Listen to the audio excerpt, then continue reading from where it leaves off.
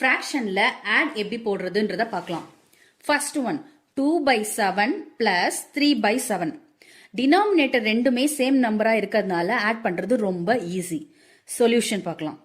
2/7 plus 3/7 equal to denominator ரெண்டுமே same நம்பரா இருக்கிறதுனால நம்ம டினாமினேட்டர் 7 போட்டுக்கலாம். So 2 plus 3 whole divided by 7 டைரக்டா ஆட் பண்ணிக்கலாம். அப்ப ஆன்சர் 5/7 தான் ஆன்சர். Next one 4/15 plus 8/15. இப்போ டினாமினேட்டர் சேமா இருக்கிறதுனால இதை ஆட் பண்றது அதே மாதிரி தான் easy. 4 plus 8 whole divide by 15 equal to 4 plus 8 வந்து 12. டினாமினேட்டர் சேம் 15 போடுறோம். இப்போ இதை எப்படி கேன்சல் பண்ணிருக்கோம்னா ரெண்டுமே 3 டேபிளால கேன்சல் ஆகுது. நம்ம ஃபர்ஸ்ட் 2 டேபிள்ல வருதா பார்க்கலாம், அதுக்கப்புறம் 3 டேபிள், அதுக்கப்புறம் 4 டேபிள், அந்த மாதிரி நம்ம பார்த்துட்டே போலாம். ஆனா ரெண்டுமே நியூமரேட்டரும் டினாமினேட்டரும் சேம் நம்பரால கேன்சல் ஆகணும். 3 4s are 12, கீழே வந்து 3 5s are 15.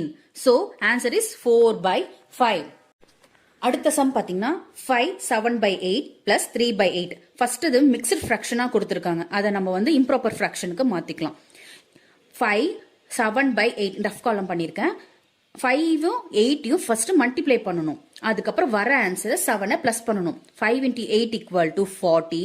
40 plus 7 equal to 47. So இங்க அதை எழுதிக்கலாம். 47/8 plus 3/8. எப்போ போல ஆட் பண்றது. 47 plus 3 divided by 8 equal to 50/8. இதை நம்ம 2 டேபிளால கேன்சல் பண்ண முடியும். ஸோ அதனால மேல 2 25s are, டினாமினேட்டர்ல 2 4s are. So answer is 25/4. உங்களுக்கு ஏதாவது டவுட்ஸ் இருந்தா கமெண்ட் பண்ணுங்க, நான் கிளியர் பண்ண ட்ரை பண்றேன். தேங்க்யூ.